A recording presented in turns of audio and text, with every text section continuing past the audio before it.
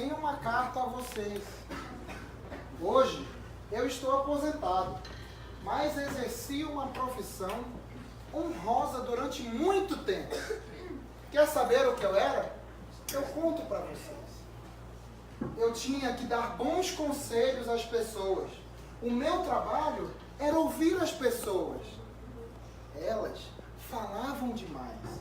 E mesmo assim, eu tinha que apontar uma direção a elas. Sábio do Oriente. Era isso o que eu era. Um dia, eu e meus amigos, que Deus os tenha num bom lugar, ouvimos dizer que um rei, nascido em Belém, numa cidade desconhecida de Judá, tinha vindo à terra. Aquela notícia, aparentemente despretensiosa, mexeu com o nosso coração. Tínhamos que ir vê-lo, tínhamos que ir buscá-lo, tínhamos que adorá-lo. Em minha profissão, eu era acostumado a olhar para as estrelas do céu e tentar interpretar o que elas estavam me dizendo. Então, de repente, uma estrela começou a se mover, uma estrela nunca antes vista, que apareceu no céu. Sentimos que devíamos segui-la e começamos a nossa jornada em direção ao rei.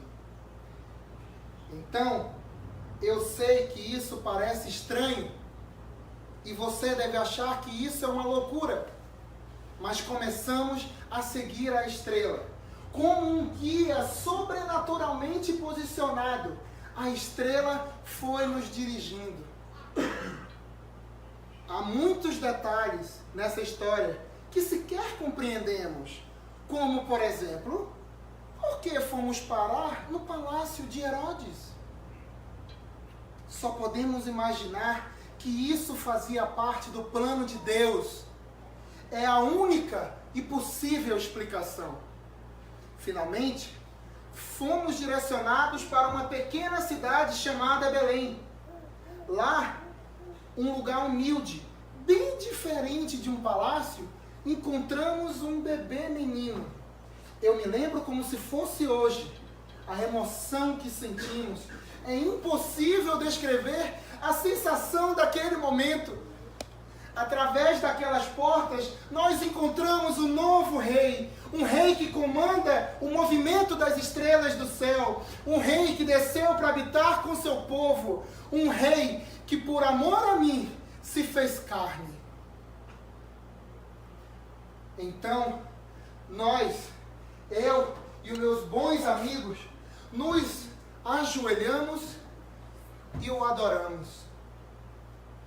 Também entregamos valiosos presentes que havíamos trazido conosco: ouro, incenso e mirra. Mas sabe o que é mais importante nessa história? A decisão de buscar a Jesus, de ir em direção e de se mobilizar até Ele. Milhares de quilômetros não nos impediram de buscá-lo. E isso foi a melhor coisa que eu e os meus amigos fizemos. Um sábio do Oriente? Talvez nem tanto. Muitas vezes, ao longo da minha carreira, não fui tão sábio assim. Mas a melhor coisa foi buscar a Jesus. Isso sim é sabedoria. E sabe por quê? Porque pessoas sábias ainda procuram a Jesus.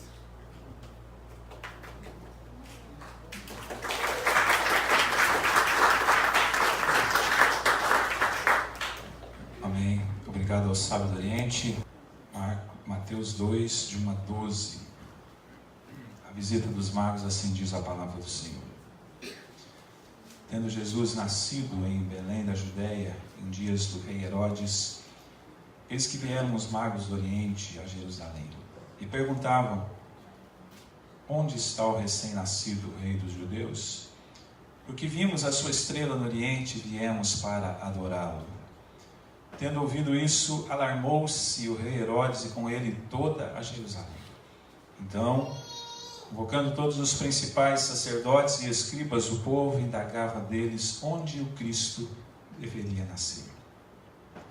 Em Belém da Judéia, responderam eles, porque assim está escrito por intermédio do profeta: E tu, Belém, terra de Judá, não és de modo algum a menor entre as principais de Judá, porque de ti sairá o guia que há de apacentar o meu povo Israel. Com isto, Herodes, tendo chamado secretamente os magos, inquiriu deles com precisão quanto ao tempo em que a estrela aparecera. E enviando-os a Belém, disse-lhes: Ide informar-vos cuidadosamente a respeito do menino, e quando o tiverdes encontrado, avisai-me, para eu também ir adorá-lo. Depois de ouvirem o rei, partiram, e eis que a estrela que viram no oriente os precedia, até que, chegando, parou sobre onde estava o menino. E vendo eles a estrela, alegraram-se com grande e intenso júbilo. Entrando na casa, viram o menino com Maria, sua mãe. Prostrando-se, o adoraram, e abrindo seus tesouros, entregaram-lhe suas ofertas, ouro, incenso e mirra. Sendo por divina advertência prevenidos em sonho para não voltarem à presença de Herodes, regressaram por outro caminho à sua terra. Vamos orar mais uma vez, meus queridos. Deus, obrigado por esta bênção que o Senhor nos dá. A bênção da sabedoria em te buscar, Senhor Deus. Aqui estão as pessoas que decidiram, que foram movidos pelo Senhor a essa busca. Obrigado, Deus, porque buscamos a Tua palavra nessa noite. Buscamos as histórias que fazem parte da grande história do Senhor. Buscamos, ó Deus, os ensinamentos. Buscamos, ó Deus, os procedimentos que o Senhor quer de nós. Buscamos a instrução do Teu Santo Espírito. Ilumina-nos, fala conosco nessa noite. Essa é a nossa oração, em nome de Jesus. Amém, Senhor. Meus queridos, a Bíblia fala de muitos homens e mulheres que buscaram a Deus ao longo da história.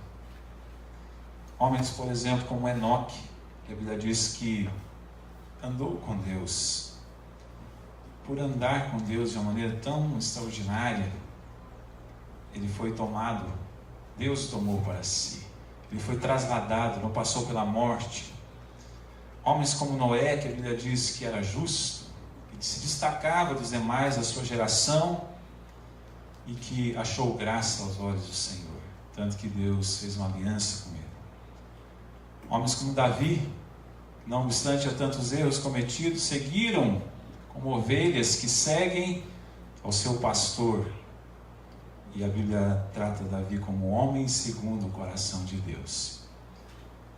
Mas eu disse homens e mulheres. Mulheres como Ruth, que deixou para trás suas raízes pagãs para seguir ao Senhor. Mulheres como Ana, que buscou o Senhor para realizar o seu sonho de ser mãe. Mulheres como Esther, que dependeu de Deus para salvar o seu povo da destruição, aniquilamento. Homens como os sábios do Oriente, que vieram para ver o rei de Israel depois do seu nascimento. Quando pensamos nos sábios do Oriente, episódio que é narrado apenas no Evangelho de Mateus, algumas perguntas nos vêm à mente. Nós vamos falar bastante, todos os sermões serão baseados neste texto. Mas algumas perguntas nos vêm à mente quando nós pensamos nos sábios do Oriente. Por exemplo, quantos sábios eram? Quantos eram? O único texto que fala sobre isso na Bíblia não tem número. Ninguém sabe ao certo. E isso dá margem à interpretação, à imaginação. Muitos estudiosos já falaram sobre isso. Alguns estudiosos, por exemplo, dizem que são 12, para simbolizar as 12 tribos de Israel. Há pessoas que pensam assim. Outros dizem que são 11, não 12, para simbolizar os 11 discípulos fiéis, excetuando Judas Iscariotes, que traiu Jesus. Outros dizem que são 3, mais comumente aceito pela tradição, e quase sempre é porque essa inferência que se faz é porque eles trouxeram 3 presentes, e aí se infere que eles eram 3. Mas uma outra pergunta que nós podemos fazer, além de quantos eles eram, de onde eles vieram? Do Oriente, nós sabemos. Mas essa é uma informação muito abrangente e pode significar da Arábia, da Pérsia, da Caldeia, da Pártia ou dos lugares próximos. Então não se sabe ao certo também, com precisão, de onde eles vieram. Uma outra pergunta que nós podemos fazer, além de quantos eles eram, de onde eles vieram, é quem eles eram. Nós podemos então dizer que os sábios eram eruditos, que se distinguiam no campo da matemática, da astronomia, já naquela época, naquele tempo, da astrologia e da religião. Com frequência, esses magos ou esses sábios eram os conselheiros dos grandes reis da época, por saberem interpretar muitas coisas. Então, 3 perguntas que nós fizemos: quem eles eram, de onde eles vieram, quanto eles eram. Mas a pergunta mais importante que nós vamos fazer nesses 4 domingos, e que a nossa encenação aqui trouxe no começo, é: por que eles vieram? Qual a razão? Qual o motivo? O que os moveu?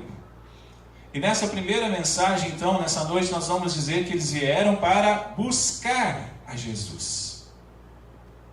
Buscar a Jesus. Nós também precisamos buscar a Jesus. Neste Natal, queridos, nós precisamos buscar a Jesus. Porque pessoas sábias ainda buscam a Jesus. Esse é um tema que nós estamos tomando, de um sermão muito famoso, de um pastor também famoso, chamado John Piper. Ele pregou um sermão que virou famoso, ficou famoso, com esse título. E a partir daí muitas pessoas passaram a usar, e eu achei muito interessante: pessoas sábias ainda procuram Jesus. Então, com base nessa história, que afirmações nós podemos fazer a respeito de buscar a Jesus? Eu quero dizer então algumas coisas nessa noite, queridos, sobre buscar a Jesus. E a primeira delas é que buscar a Jesus exige percepção espiritual.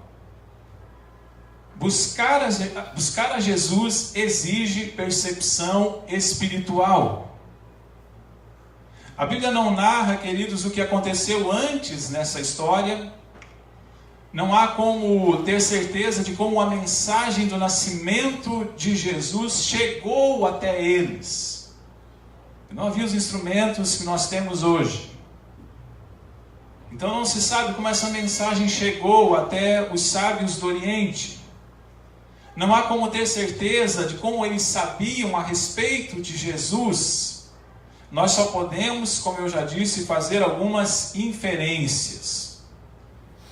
Então, vários estudiosos fazem um link desses sábios do Oriente, dizendo que eles eram muito provavelmente da Babilônia e de alguma maneira haviam recebido a influência de Daniel, profeta Daniel, que estivera por lá centenas de anos antes. Mas que Daniel, por lá, propagou essa mensagem do Messias que Israel esperava. Isso foi passando de geração em geração até chegar a esses sábios do Oriente. Mas o fato é que eles perceberam o que muitos não haviam percebido. Esse é o ponto que eu queria dizer. Que o menino recém-nascido, o menino nascido pobre e humildemente, era, na verdade, o Rei dos Judeus, o Messias prometido, o Filho de Deus. Eles tiveram essa percepção espiritual. Percepção espiritual, aliás, que os sacerdotes judaicos não tiveram. Percepção espiritual que os líderes religiosos da época não tiveram. Percepção espiritual que os doutores da lei, treinados para isso, não tiveram. Desta forma, enquanto os sábios do Oriente percebem quem é Jesus e se colocam num caminho de busca, a nação de Israel o rejeita. Não há essa percepção espiritual em Israel, mas os sábios do Oriente, tão distantes daquela realidade, percebem e empreendem essa busca e vão atrás do menino. A percepção espiritual dos sábios do Oriente se manifesta de algumas maneiras aqui que eu enxergo, queridos. Se manifesta, por exemplo, no mover de Deus em seus corações. Porque há algo em seus corações, eles são sensíveis ao que o Espírito Santo de Deus está revelando. Essa percepção espiritual se manifesta na busca que eles empreendem. O sentimento do coração, aquilo que eles sentem no coração, se transforma em uma ação prática e eles saem da sua terra e vão até onde Jesus estava. Essa percepção espiritual se manifesta no desejo que eles têm de saber mais. Eles fazem perguntas para descobrir mais coisas a respeito de Jesus. Eles têm perguntas, eles têm indagações. Essa percepção espiritual se manifesta no segmento do sinal de Deus, na estrela. Nós não sabemos como isso se dá, mas nós cremos pela fé nisso, que há um sinal que aparece no céu e os guia até onde Jesus estava, sobrenaturalmente. Essa percepção espiritual também se manifesta na advertência divina revelada através de um sonho. Tanto que Herodes, o rei, havia dado uma ordem para eles: vocês vão lá, descobrem onde está o menino e me falam sobre ele, porque eu quero ir adorá-lo. E todos nós sabemos que Herodes não queria adorar Jesus, Herodes queria matar Jesus. Mas eles têm essa percepção espiritual, são advertidos em sonho, prevenidos, diz a palavra, e eles não retornam até onde o rei queria que eles retornassem. Mas agora eu pergunto, e nós, queridos? Como está a nossa percepção espiritual? Os sábios do Oriente buscaram a Jesus. E nós, o que estamos buscando? E nós, o que estamos buscando neste Natal? O que estamos buscando no Natal? Eu posso dizer, queridos, que quando eu olho para a sociedade, vejo que as pessoas estão buscando o melhor pacote de viagem. É isso que as pessoas estão buscando no Natal.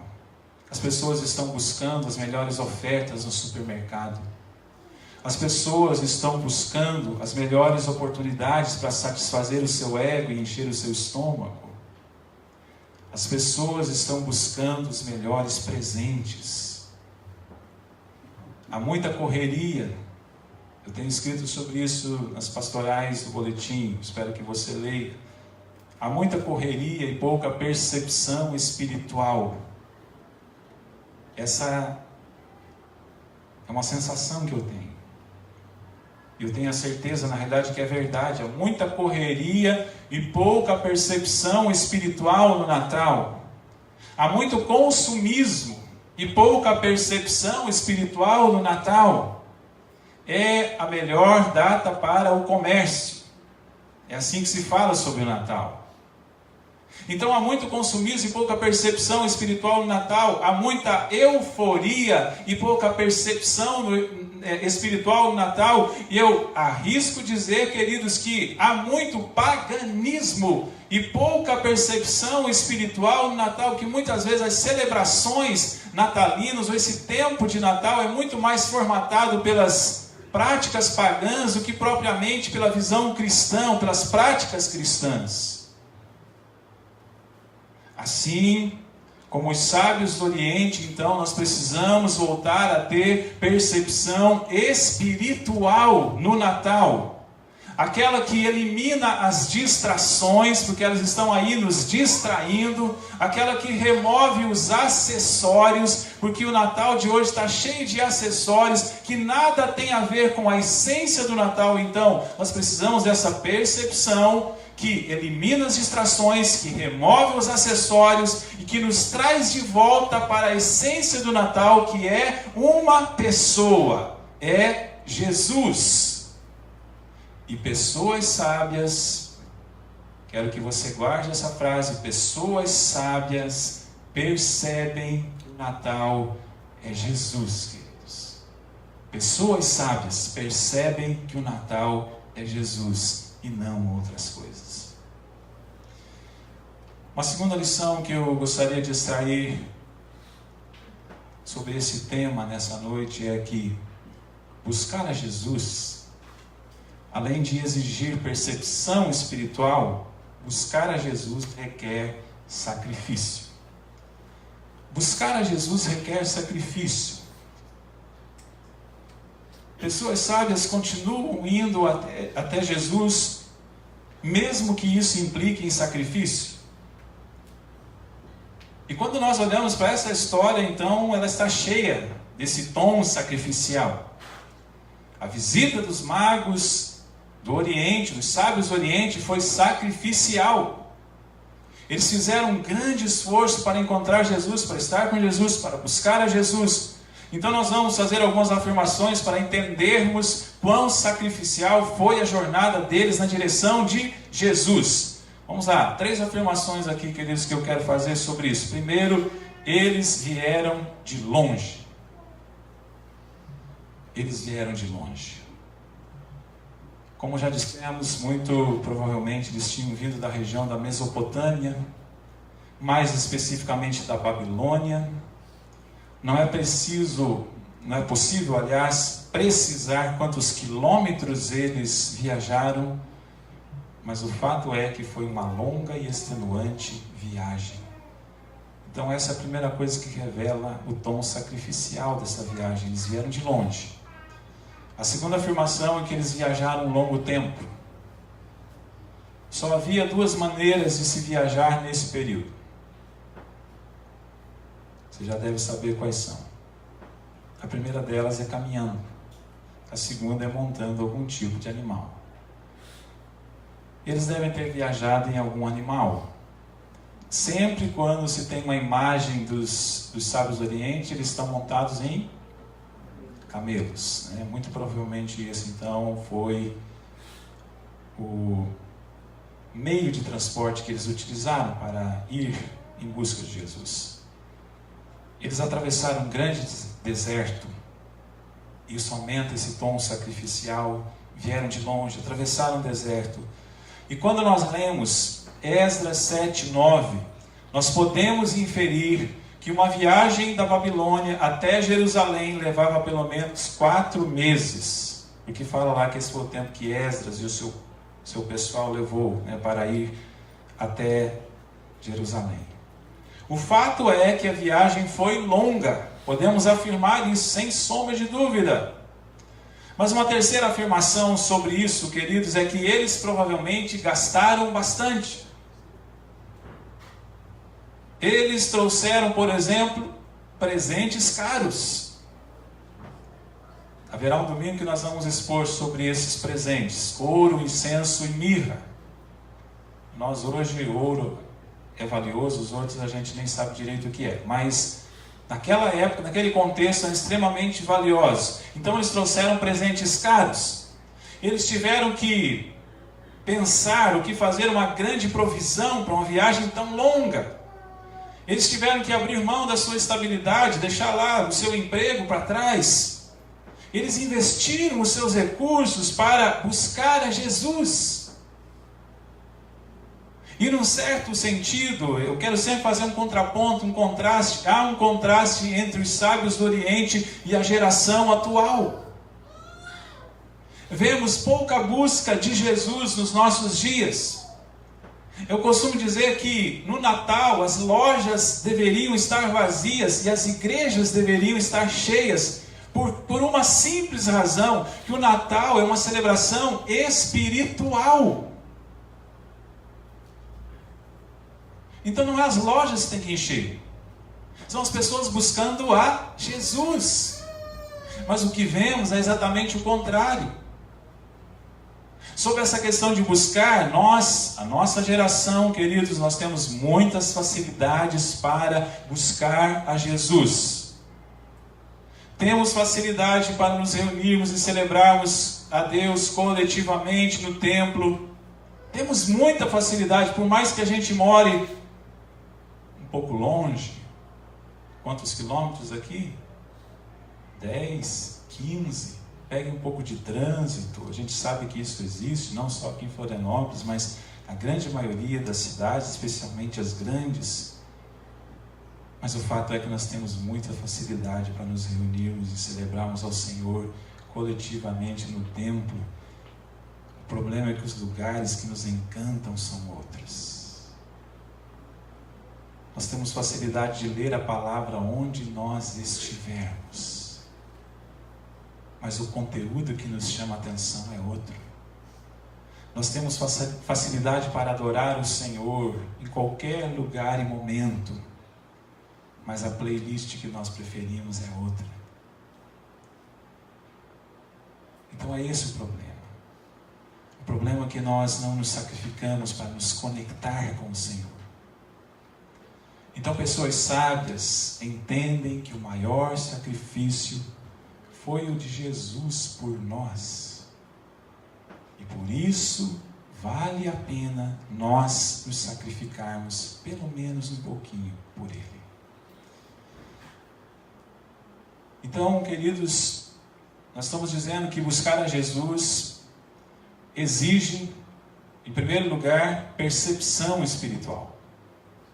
Buscar a Jesus requer sacrifício. Mas eu quero terminar dizendo que buscar a Jesus traz recompensas. Buscar a Jesus traz recompensas, queridos. Quando olhamos para os sábios do Oriente, vemos recompensas extraordinárias. Que são a recompensa? Ser guiado por uma estrela, sobrenaturalmente. E coisa extraordinária que marcou a vida daqueles homens. E lá quando eles chegaram, eles viram o menino, que já não era mais recém-nascido. Isso também é uma coisa que nós não compreendemos muito bem. Eles demoraram para chegar até lá. Jesus já estava numa casa, não é isso que diz o texto? Eles chegaram à casa onde Jesus estava, não estava mais na manjedoura, não estava mais lá no estábulo. Mas você vai ficar para os sermões seguintes. Mas a Bíblia diz que eles viram o menino. Recompensa. Viram Jesus. Eles se alegraram, diz a palavra, com grande e intenso júbilo. Então, quando nós buscamos a Jesus, Jesus mesmo, é uma alegria indescritível. Então, sabe qual é o problema no Natal? Ano passado, eu me lembro assim que eu ouvi uma frase, até eu fiz um sermão sobre isso. Eu vi uma frase que me intrigou muito, que disse assim: esse ano o Natal vai ser fraquinho. Que frase, queridos! É uma frase puramente mercadológica. Esse ano o Natal vai ser fraquinho. E aí as pessoas estavam tristes. Por quê? Porque iam ganhar, ao invés de ganhar um presente bom, iam ganhar um par de meia, né, no amigo oculto. Então as pessoas estavam tristes no Natal, porque o Natal ia ser fraquinho. Isso não pode acontecer, queridos, porque para nós o Natal é Jesus. E essa história já aconteceu. E nós temos que nos alegrar porque estamos celebrando a Jesus. Mas então, eu quero ampliar um pouquinho essa questão da busca. Tá? Para não ficar apenas aqui nesse texto. Nós vamos ter que ir para outros nesse mês aí, até para vocês não cansarem. Então eu quero ampliar um pouquinho esse conceito de recompensa espiritual, da busca. Lançando mão de um texto bem conhecido das Escrituras, eu quero que você abra lá, você conhece, mas eu quero que você acompanhe Jeremias capítulo 29, 13 e 14. Abra ou acesse, né? Vamos lá.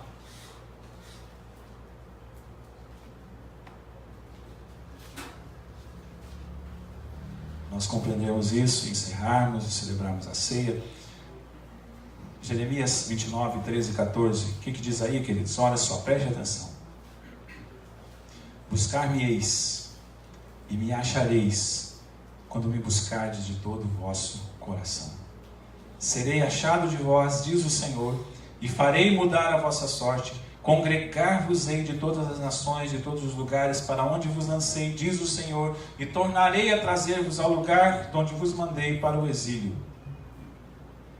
Quero destacar as expressões: buscar-me-eis e me achareis quando me buscardes de todo o vosso coração, e essa expressão, serei achado de vós. Eu quero falar sobre 3 recompensas de buscar a Deus, segundo esse texto nos ensina. A primeira recompensa, queridos, é o encontro.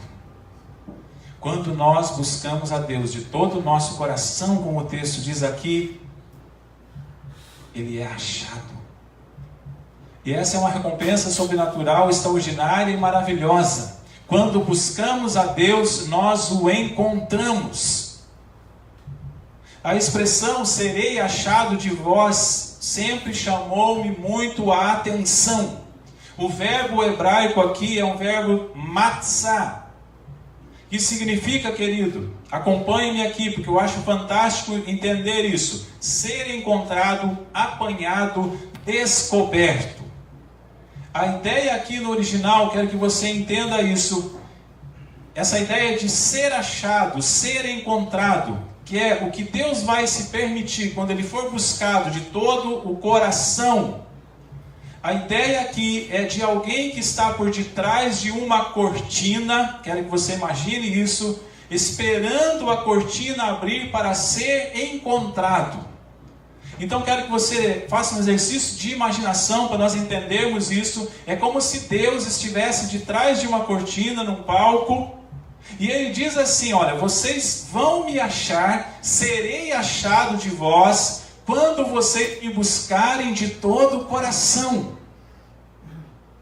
Então eu imagino esse texto assim, que Deus está esperando que alguém o busque de todo o coração, para que Ele abra as cortinas e permita-se ser achado por essas pessoas. Então quando Ele for buscado de todo o coração, haverá um encontro real, inesquecível, inigualável, queridos.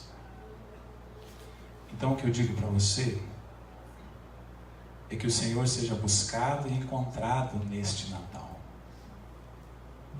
Ele está atrás da cortina, só esperando ser buscado de todo o coração, para que Ele abra essa cortina e seja encontrado pelas pessoas. Que o Senhor seja buscado e encontrado lá na sua casa, no seu lar, na sua vida. Então perceba isso e como isso é importante. Então essa é a primeira recompensa do buscar a Deus, segundo esse texto aqui de Jeremias. Mas a segunda recompensa é mudança. Deus se permite ser encontrado e aí Ele opera mudanças. O que o texto diz? Farei mudar a vossa sorte. E quando a Bíblia diz assim, farei mudar a vossa sorte, você já deve estar pensando, puxa, sorte, a mega sena da virada está chegando aí. Não é nada disso, viu, gente? A melhor palavra no português para sorte é destino. Então, ao invés de ler sorte aqui, nós deveríamos ler, farei mudar o vosso destino. Deus quer e pode mudar o nosso destino. Os sábios do Oriente tiveram seus destinos alterados. É isso que Deus quer fazer conosco. Quando nós buscamos ao Senhor de todo o nosso coração, Ele muda o nosso destino. É isso que Ele fez com o povo de Israel. Reescreveu o roteiro, alterou o plano de vida deles, reconfigurou a existência a partir da busca. Mas a terceira recompensa que nós encontramos, queridos, aqui nesse texto de Jeremias 29, é a restauração. Então o encontro, Deus permite ser achado, mudança e restauração. Deus promete aqui fazer uma obra de restauração naqueles que o buscarem de todo o coração. Só para resumir, a busca de Deus, lá no texto de Jeremias, a promessa de Deus é restaurar o povo de Israel. E a busca de Deus haveria de anular o cativeiro, pôr fim à escravidão, reverter a dispersão que eles estavam sujeitos, inaugurar um novo tempo. Essa é a obra de restauração que Deus queria fazer lá em Israel, e essa é a obra de restauração que Deus quer e pode fazer na igreja, na vida, na família, em todos nós, queridos. Mas, para que isso aconteça, nessa lógica bíblica que nós encontramos aqui em Jeremias 29, esses textos do 11, 12, 13 e 14, é isso. Você busca a Deus de todo o seu coração, e tem tudo a ver com o tema que nós estamos abordando. Pessoas sábias ainda buscam, procuram Jesus. Quando você busca a Deus de todo o seu coração, Ele abre as cortinas, e aí você tem um encontro com Ele, você tem uma mudança de vida, você tem todas as coisas restauradas. Essa é a obra de Deus, a obra que Ele quer fazer na vida de cada um de nós. Termino dizendo: seja sábio neste Natal. Busque Jesus. Não os símbolos, não os enfeites, não os adereços, não os acessórios, não o Papai Noel, não os perus, não as luzes. Tudo isso pode nos ajudar, menos o Papai Noel, né? Mas nos ajudar. Não é pecado você colocar um enfeite lá na sua casa, mas nós temos que nos lembrar que o mais importante no Natal é Jesus, queridos. Que Deus os abençoe. Amém.